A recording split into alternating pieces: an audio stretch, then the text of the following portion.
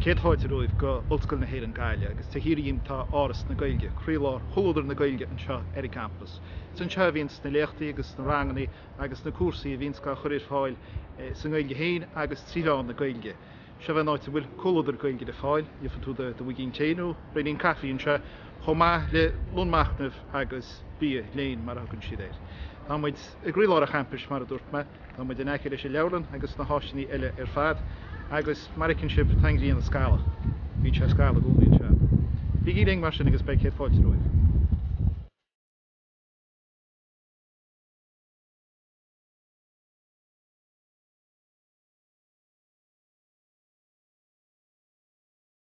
An seo in Acadamh na hOllscoilíochta Gaeilge chumas go leor cuasaí ar fáil go ólamóirí ag chuile level idir óg agus éasta agus idir achtraní agus éirní. Bhín siad an tógaí leis na cuasaí a bhíonn ar fáil an seo. Dúirí muid isteach freisin ar grúpaí beaga sa gcuias go méid an go leor am a chur fáil go na fólamóirí, agus meascann siad anmhála chéile freisin leis na tagascúirí a bhíonn sa gobar an seo. Agus tá buntáiste aon seo freisin béidir san Acadamh nachhfuil ag ranna eile sa méid a scúil bíalan aimíonn go chumlan as Gaeilge agus banan na miclín a leog ansal tas an áisin a bheith chuirtar fáilthóid.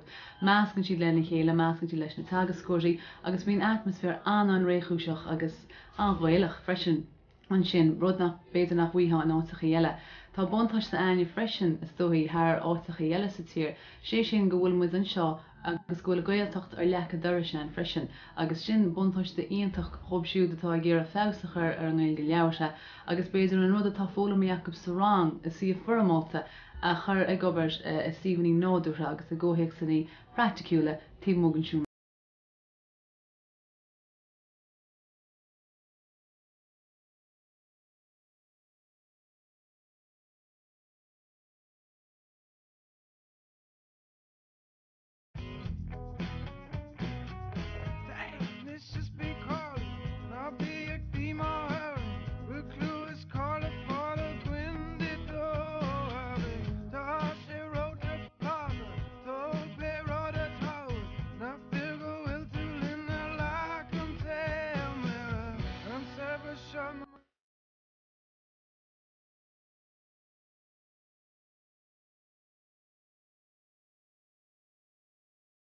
Áras na Gaeilge Harbh úsáideach an Ollscoil na hÉireann Gaillimh mariaal tá go leor na háisinaí trí bhean na Gaeilge.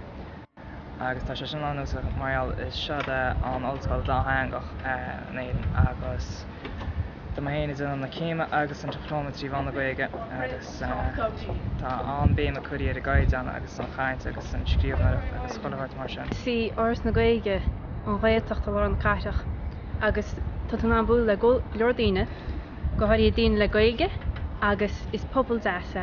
Níor áras na Gaeilge ágalach neireadh mar tá café sí Gaeilge sticheann agus bhíon chuilehaine sticheann mar Gaeilge agus is áisiúnta é don Ollscoil.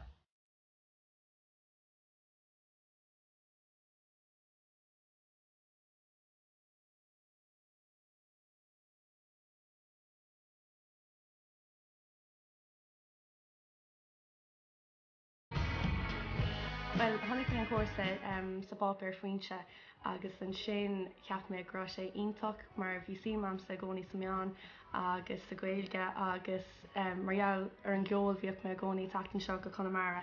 So bhíon trí rud an agus ceap mé go mbeadh sé ionach tachtain seo agus tá mé ansáastar go raibhna mé an chóirsa an seo tá ceithre bliain, well tá 3 bliain na catam an seo is agus siad na blianta is fearr chaith mé riamh tá an chóirsa thar cían agus tá an taachtamh agus Conamara thar cían chumá bhíonna mé go leor chóirt an seo agus